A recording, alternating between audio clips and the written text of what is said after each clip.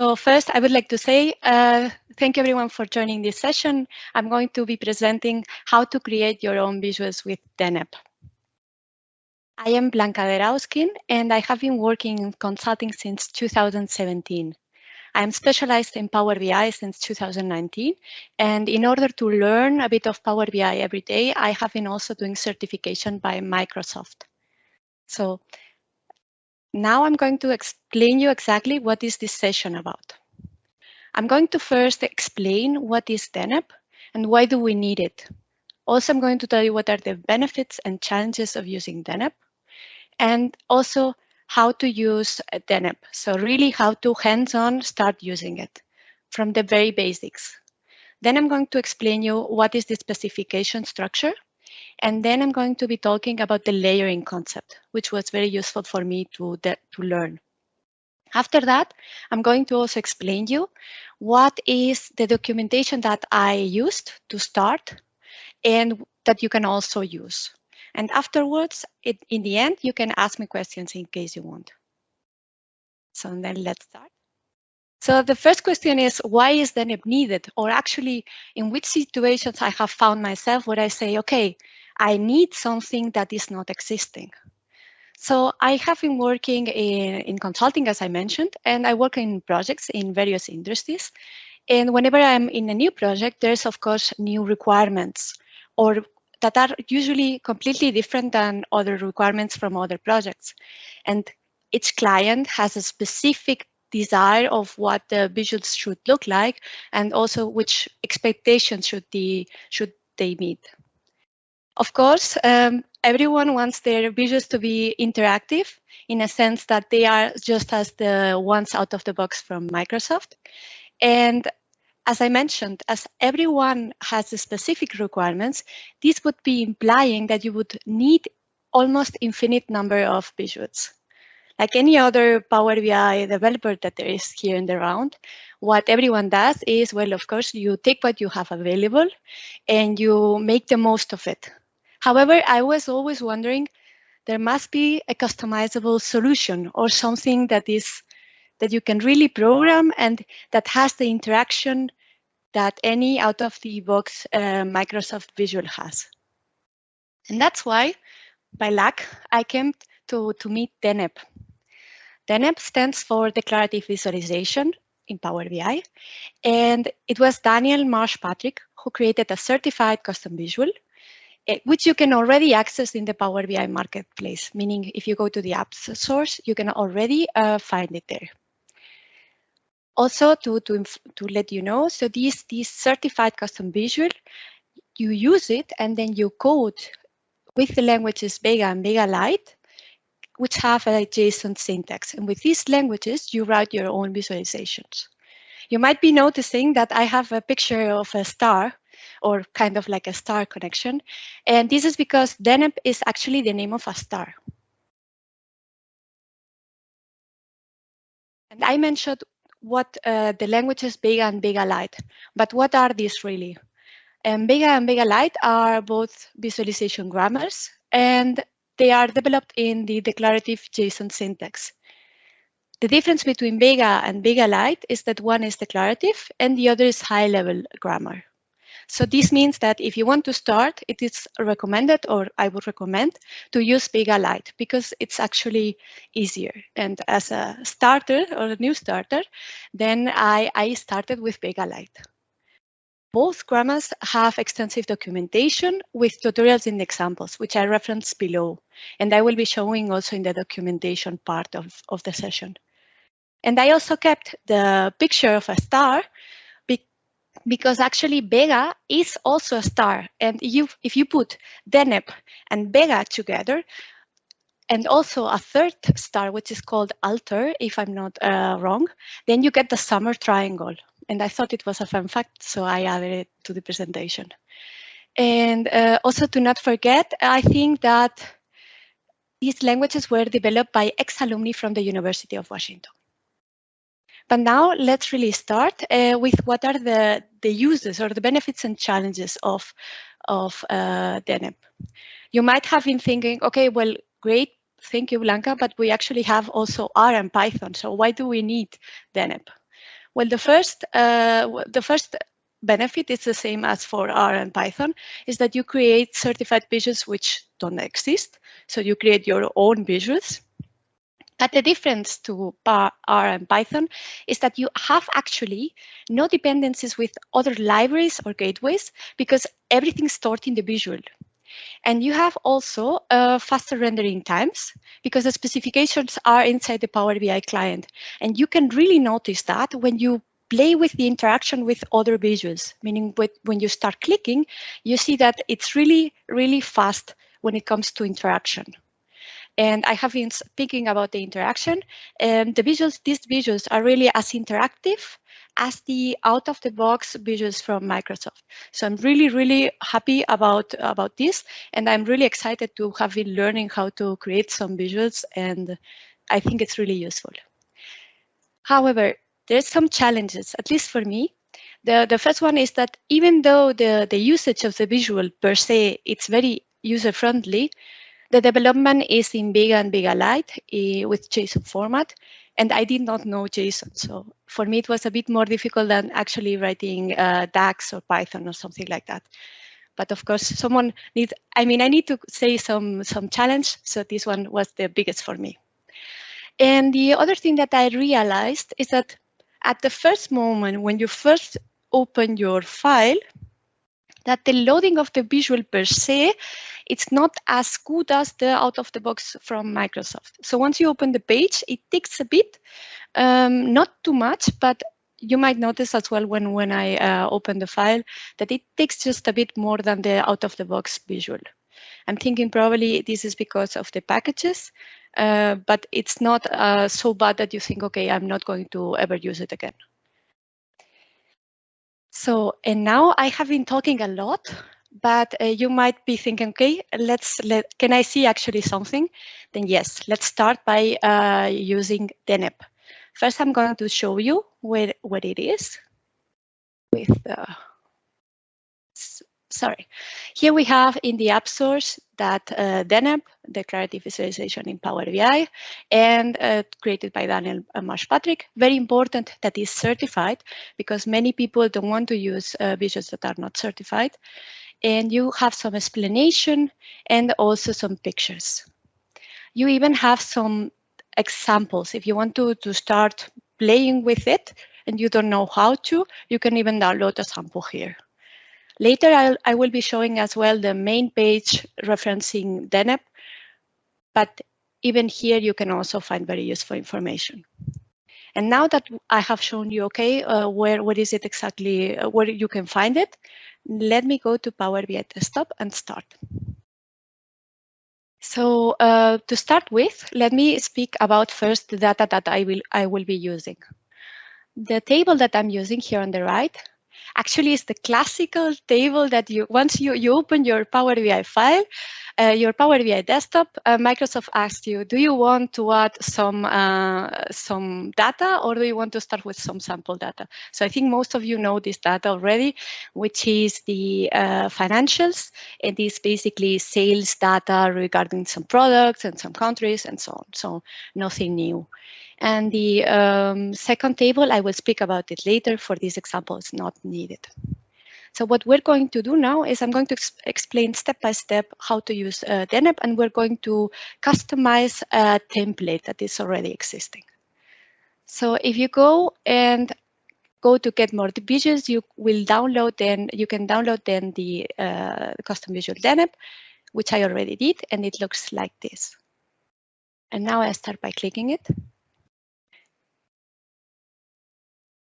And you can see it says you need to create your data set, you need to add your columns and measures to the values data. What does this mean is that it's going to take everything that you add here. So to even start, you need to first add the values. So I'm going to start by taking some values already. It is going to be the profit, the unit sold, and the product.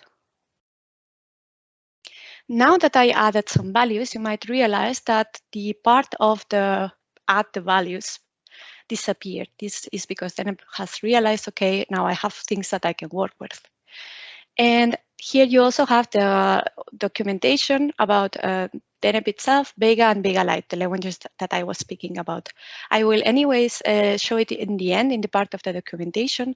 So now I'm going to just start by explaining you Deneb. And what you do now is once you have added the values, you click on these three dots and you click on edit.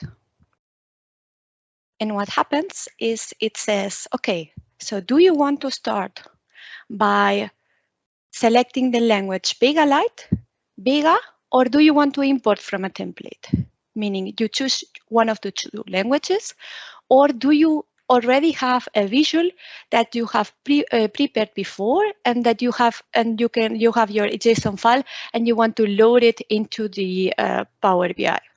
So in this case, because we're going to start from the beginning, I'm not going to take a template that I have created already. But what I will do definitely is I'm going to take one of the options that is already available. Meaning here, if you take the empty part, this is going to just give you an empty code and you have to write it from zero. But what is already available is that you can take one of the following templates. So I'm going to take the colored scatter plot. Once you're here, you have to select, okay, which is the, in which field is going to be your data, meaning which is the x-axis, which is the y-axis, and which is the series. I'm just going to put it like this. And I create my first visual. So this visual looks a bit sad. Because the data is summarized, so I'm going to take it out so that we see all data points. Okay, perfect. And I take it out, but it doesn't change. Okay. So now let me explain you what are the different parts of this Deneb IDE. On the top right, we have the visual that we are creating while we're writing in Deneb, so while we're writing on the left. Below, what we have is the data, meaning each row of this table is actually one point that we can see here. So row 0, VTT, the profit and unit sold, you can see 1 point here. Then what we also have is the signals, which has some information regarding the structure, so to say, width, height, cursor, and so on. And what we have very importantly is the logs. So in the logs, what we have here is information regarding what is our development, so to say. So for example, let's start and imagine I am writing and then suddenly I make a mistake. Then Deneb already realizes, okay, there's an error, which is, well, of course, this is nonsense. So I'm already getting my logs here, my errors here on the right. You can also see it because of this error message on below. But if you check here, you have more specific information regarding your error. So that's why I usually have either my data or my logs open. Now let's go ahead to the left part. Let me increase the size. So, okay, so what do we have here on the left? We have here many important things. So these icons refer to different things. First, we have the apply. So basically, if I modify my code, and then I can just reapply the changes. Or I can do it differently. I can do it by auto-applying the changes. So basically, it recalculates every time I write. What I also have is, as you may know, if you write in a JSON format, you need to have, or you should at least have a nice formatting when it comes to the brackets and so on. And you might not want to do that because, I don't know, it's very tiring to put it in the proper way and so on. So what this button does, it really just repairs the format and puts it in the proper way so that you can really read what you wrote. And then the fourth icon here, it's regarding what we also already put in at the beginning, meaning what we added regarding the X and the Y and the product, so to say. but because we already did that, we don't need it right now. So let me apply that and go back. So what do we have further? We have the new specification. The new specification is something we already did, which was selecting which option do we want. So for example, do we want to use a colored scatter plot, or do you want to use a single bar chart? Also be careful, once you click this, the visual that you are creating will modify itself. So it's replacing what you have created below. So, and of course, I just clicked on none, so that's what happened. So let me put again the colored. So, and if I click on that, it's going to be recreated. Perfect. So coming back to the left.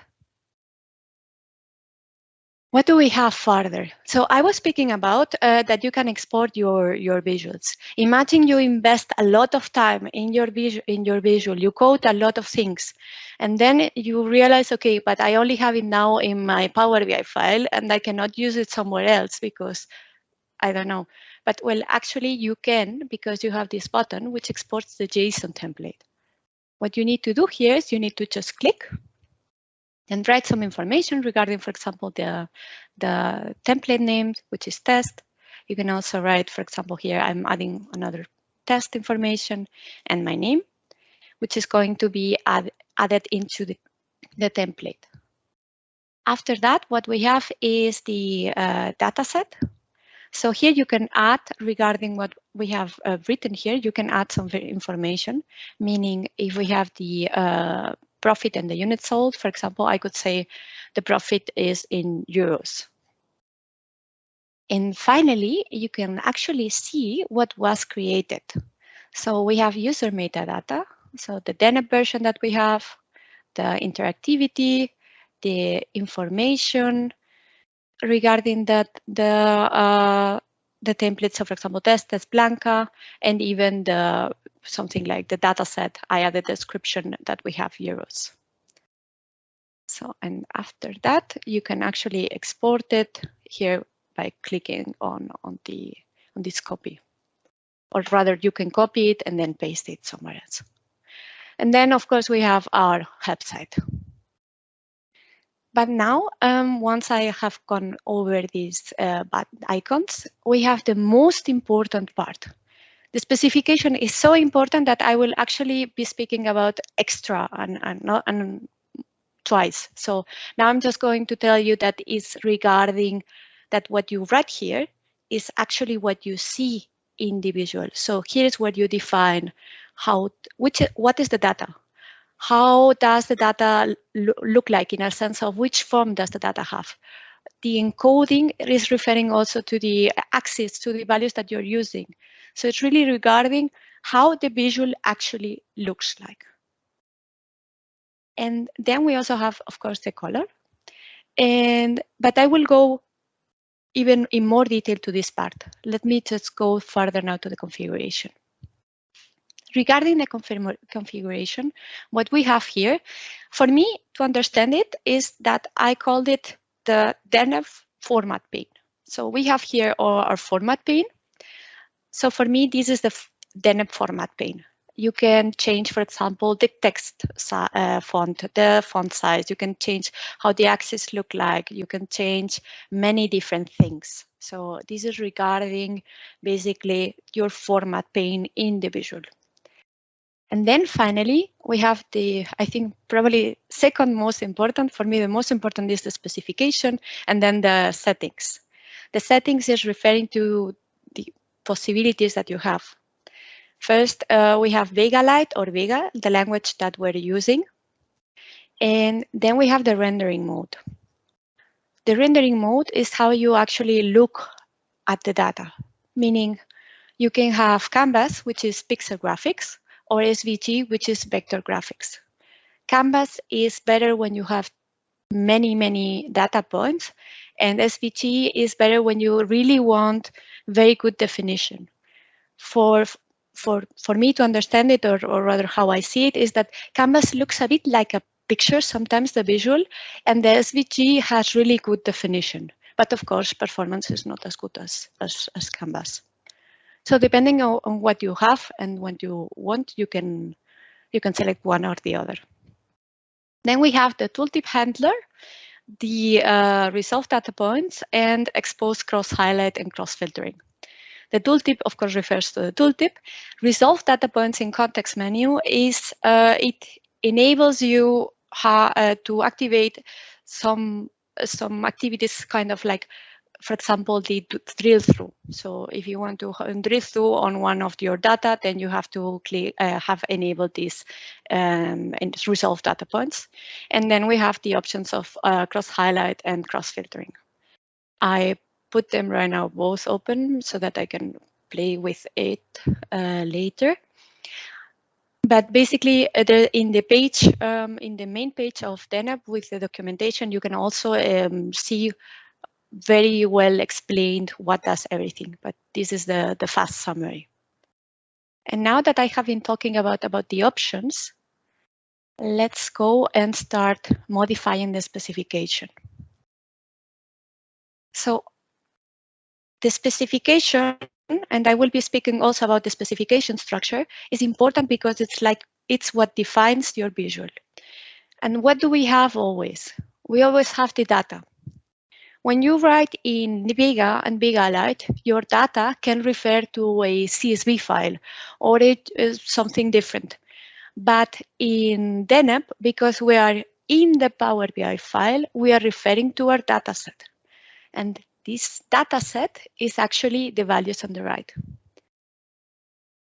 Then we have the part, so I don't need to change anything in this case because I'm really keeping the values that I need, and it's logical that your visual refers to your data set.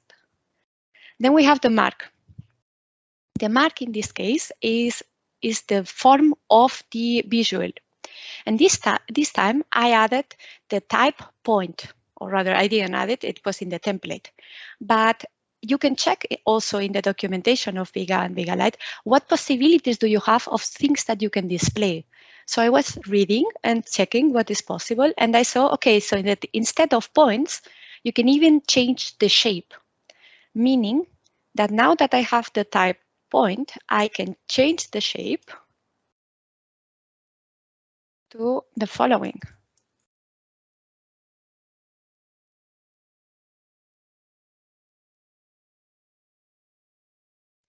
So I hope you can see it well, but what happened is that instead of having now a point, the value changed to display a triangle looking up. And in the mark, what is also very important is here you can add your tooltip, meaning you can add, sorry, I didn't mean to do that. Tooltip equals. Okay, and what happens now? I don't know if you realize, but before I hovered over and nothing happened.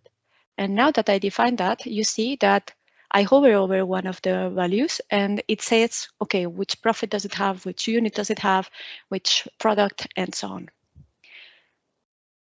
And now that I have been speaking about the mark, let's go to the encoding. The encoding is referring to the axis in a sense of the values that you have defined. So for example, we're talking about the x-axis is the field profit, and we have of type, the type is quantitative. And the y field is the unit sold, is of type quantitative. Here, what you can change is something, for example, as the name of the axis. That would be an option. You can have here, for example, you can have the title. You can add the number of.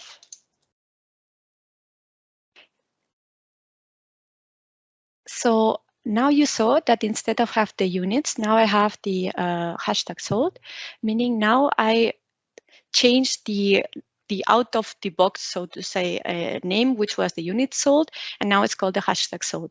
It's a bit like clicking and renaming your value into your Power BI.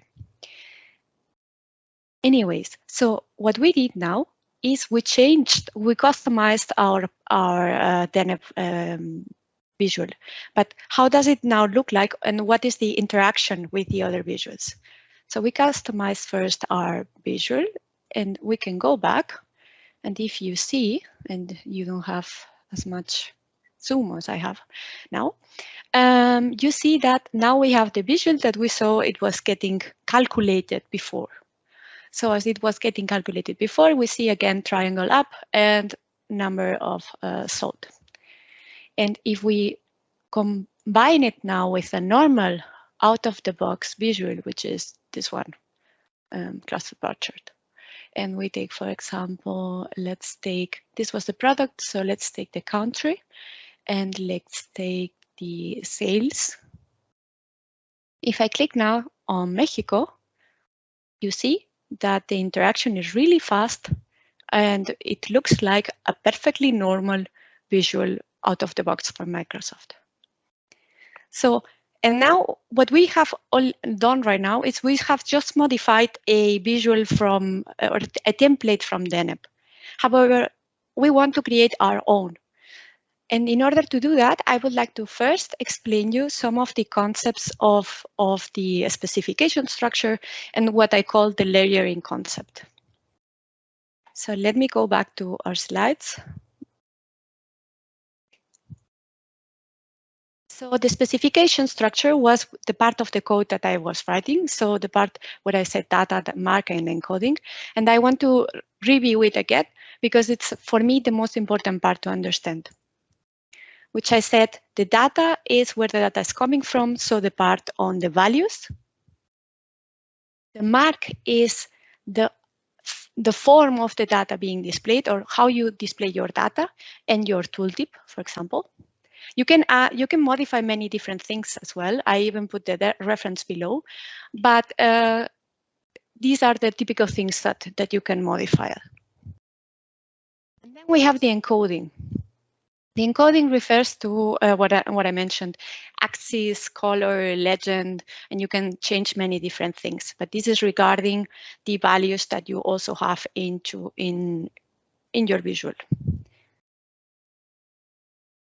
And now that I have been explaining that, let me speak about the layering concept. The layering concept is that visuals are created one on top of the other, in a sense that you have many different examples. You can create your visuals in a way or in another, but in a way to understand it very easily. Of course, you could create these visuals somehow else, but the easy way to create it, at least for me, was to think to create the visual on the right. Well, I'm not sure if it's right or left for you, but anyways, to create the visual with the bar chart and the flags, for me, the easy thing to do was to think it in parts. Let's create first the bar chart. And when we do that, we put on top the image. So, and this happens for many different visuals that you might realize that there are online. There's a lot of examples, really cool examples. And when I started reading it, I thought it was a bit difficult to read. But when I noticed there was the layering concept, or that's what, I don't know if it's called like that, but I call it the layering concept, is then I started reading it by parts, and it was really easier to understand. So, and now let's start by really creating this visual. And let me go back to my Power BI. And I am in the new visual. I create a new one. Okay. And of course, sorry. Before starting creating the new visual, just to give you a bit more information, what is the second table that I have here? The second table is a table which contains a country and the country image. The country only contains country information, so for example, Germany and many other countries, and it's connected in a many-to-one relationship with the country of financials. The one is obviously in the image, and financials has many countries. Let me show share it 1 second. Let me show the image. So only a very small comment. Like I said, one value each row for the country, and the country image is stored in base 64, which is the way that you have to store your images in Power BI. And if you don't know how to do that, there's really cool blog post. I think it's from a lady called Catherine. I can check it out later if you have questions about that. But she explained it very well. Anyways, coming back, for this visual, I'm going to add the unit sold, the country, and the country image. And now going to, it's a bit too big. Anyways, I'm going to edit it. And I'm going to take big aligned and empty. So you see now that we have on the left, of course, everything is empty, but on the left side, what we have is, let me increase the size. We have the data and we have the layer. That's the part where we're going to add our different layers on the visual. So what I'm going to do now is, like I promised, I'm going to start first with a bar chart, and then I will create on top of that. So in order to not write everything from zero, I will just take it from my code that I already written. And I will explain the whole part that I have been doing. So I add here this, and this looks very well. So let me reformat this. Okay. So what do we have now? Well, you can see already on the right how the bar chart looks like. And this is a classic bar chart, which has each country has a different color. And what do we have on the left? Well, we have a mark of type bar, which has an opacity of 0.7. This is for styling reasons. You can change it to 0.3, 0. I just have it in 0.7. And a type of tooltip true. So if I hover over, I'm going to get the tooltip. And the encoding is X unit sold and country nominal and color. The color is depending on the field country. I also have the information that I don't want to give a legend because it's quite obvious which country is which. So this looks easy to understand. And it's not different than the scatter plot. I think it's even easier to understand than the scatter plot that we were doing before. And now what we're going to add is our second visual, our second mark, or rather not visual, but our second layer. And we're going to do it just behind our last mark, meaning I add here a comma. And after that, I'm going to add my image. And let me do that. And I will explain again what I just did.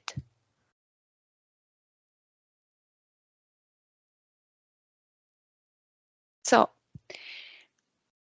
of course, it might be easier if I do this and if I format everything nicely.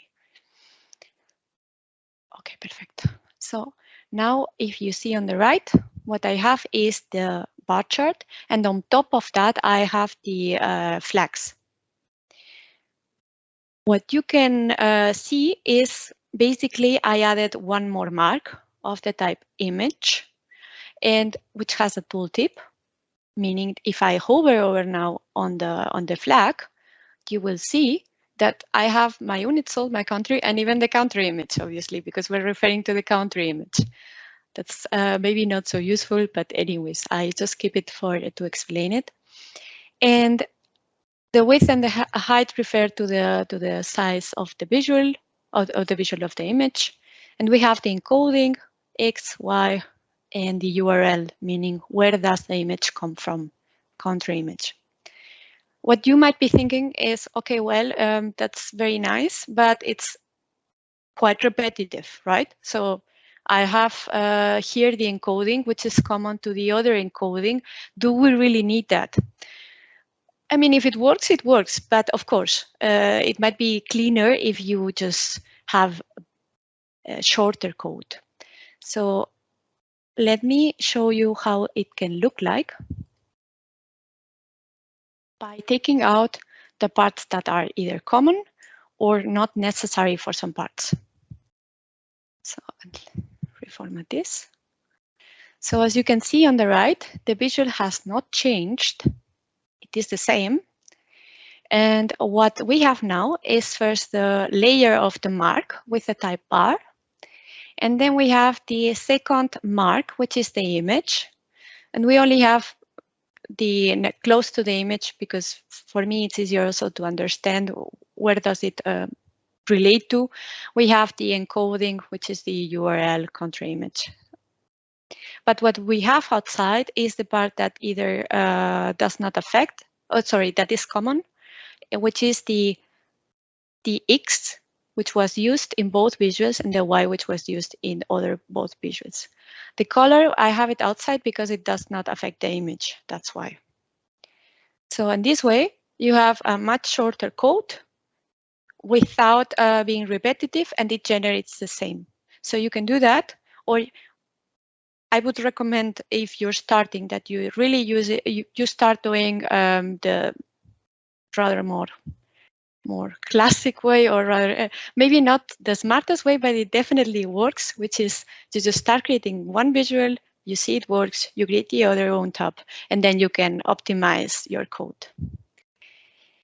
And after doing that, okay, you see that it looks fine. Then let's see how it works. Oh, sorry, of course, I always forget. Please add, then don't forget to add your interactivity if you want to have some interactivity, because if you don't do that, then you're going to be cross filtering and it's not going to work. So always check your settings. And once I have done that, you can go back to the report and let's see how it behaves with another visual. So I'm adding again a bar chart because I think they're really useful. Sorry, let me do it this way. And what I'm going to do now is I'm going to add something completely different, which is the sales and the product.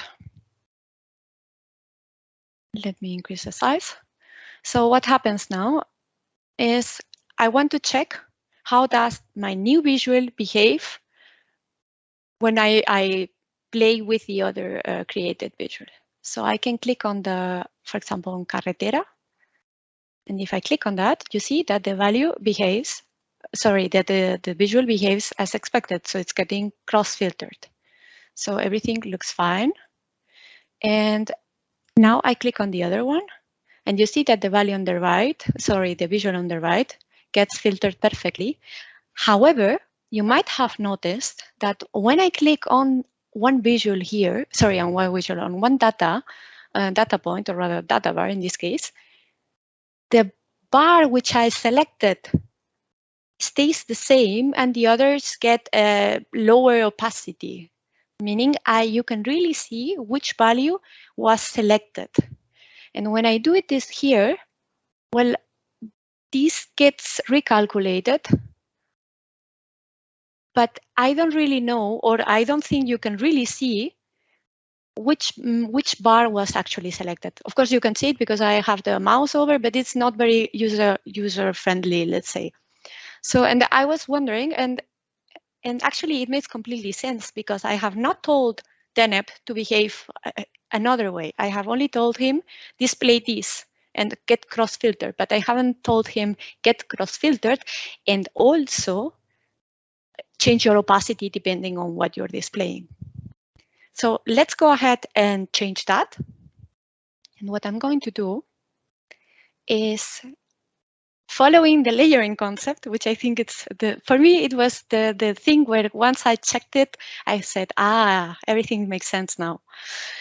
So with the layering concept, we're all going to add this highlighting, or rather changing the opacity. So I'm going to, again, use put the code that I have already prepared. And I'm going to explain it here. Oh, let me reselect here. So everything perfect. Okay, perfect. So let's start. What do we have first? Well, first, let's check if it actually works. And you can see that it does. Okay, so great. So if I click here, it appears that everything is working. Good. And let's go ahead and check the layers. So I have first a mark, which is a bar of 0.3. And where is this bar? Well, actually, this bar is the image that you see, or the bars that you see that are completely, which have an opacity of 0.3. So actually, all these bars that have opacity of 0.3 are the lowest level of the visual. Meaning, if you see all these are the ones coming from this mark. And then we have a second mark, which has which is also a bar, and refers to an encoding of the field unit sold highlight and an opacity. This opacity condition is saying that if you're not selected, then the value is 0, and if otherwise, you're a value 1. So if you're not selected, you have a value 0, and otherwise you have value 1, meaning now nothing is selected or not selected, so it's option neutral. That's why everything is 1. But if you select one and don't select the others, then the value is 1 for these, 0 for the others. So meaning, let me click on Canada and you're going to see it. If you check on the data here, it says Canada on, all the others off, and therefore the ones that have off have value 0, so you cannot see anything, and the one which is selected has value 1. Or if you don't select anything at all, you have also value 1. And then after this mark, also very important topic, you also have a title. Here the title is unit sold, because the unit sold highlight is the characteristic that we're using. And if I would take out this value, you would have unit sold, comma, unit sold highlight. And because this is confusing, and actually it's the same field in a sense, because it's the unit sold anyways, that's why I added also the title so that you can see here. And then later I have here, of course, the mark, and I have also the encoding regarding the mark, and the part that I also mentioned about the encoding X, Y, and the color. So, and now let's go back and see how it behaves now with the other visual. Okay, so from one side, which was as expected, works fine, same, no difference, of course. And from the other side, now you see perfect, that it also gets recalculated, and you see that now you can recognize which value is also highlighted. So, and this was what I wanted to show how to create. And what I'm going to show you now is how did I actually learn, or what was useful for me to learn. So actually the documentation. What documentation is there for learning? And I'm not just going to put the links, but I'm actually going to show it. We have the main page, or the official page of Deneb, Declarative Visualization in Power BI. I will going to show it, where it shows how to use the custom visual, certified custom visual, also very important. And I also have here the Vega and Vega Lite pages, which have, like I mentioned, tutorials. They have examples. They have really cool things. And I also added some blog from Kerry Kolosko, because I found it was very useful. She has some Deneb archives, and there are some visuals that she created, and it also helped me to understand how to create it. So I also recommend it. There's even one YouTube channel, or I think it's a YouTube channel of people who are creating Deneb visuals or explaining how to create them. I thought it was also very useful, but especially the three first, of course, and also Kerry Kolosko. And of course, there's also many interviews from Daniel that I have watched. You can see them on YouTube. That was also very useful for me to understand. And now then let me show how to actually learn in case you want to get started with Deneb. So this is the app source that I mentioned, but here we have the main page of Deneb. You have information on how to get started, simple example, editor, and we have then other things which are very useful, which are the interactivity features. This is the settings part that I was talking about. So if you want to know more about the cross filtering, cross highlighting, and tooltips context menu, you can check it here. And what is also very useful is the Bega and Bega Lite page. Let me go to the Bega Lite because it's the one that I use the most. In the Bega Lite, you have your examples. And what you also have, and I have it already loaded, is the example gallery. So here you have really cool things that people have been creating on Bega Lite, and you can really look at them and then understand how they were created. And with that, you can either reproduce them and then to learn, or you can even say, okay, I understand how this was created, and then you can create it itself. And that's why I'm going to show you one which I thought was really, really cool, a bit difficult, but really, really cool, which is the Seattle weather exploration. If you go to the Seattle weather exploration, you have here a picture of the visual that was created with Bega Lite, and you have also the code. So the JSON code. I have actually rebuilt this in my Power BI. I'm not going to show it because it's exactly the same as this, but you can really rebuild it in Deneb. So the things that you see here, you can understand the code, you can check it, and then you can rebuild it in your Power BI, so to say. But the good thing about this page also is that you also have one online editor, and you can go to the online editor and you see the code, and you can even play with the visuals. So like this, and you can click on the blue and you can deselect and many different things. So, and these are the different documentation that I have been using for learning, and which has supported me a lot. And that's actually how I learned.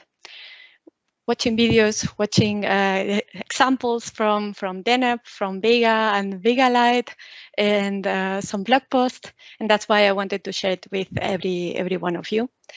After the presentation, if you want to have some links, I'm very happy to share them with you. And yeah. So now I want to thank you everyone for joining this session, and thank you for listening to me. I hope you like it. And if you have questions, then please go ahead, and I hope you had fun.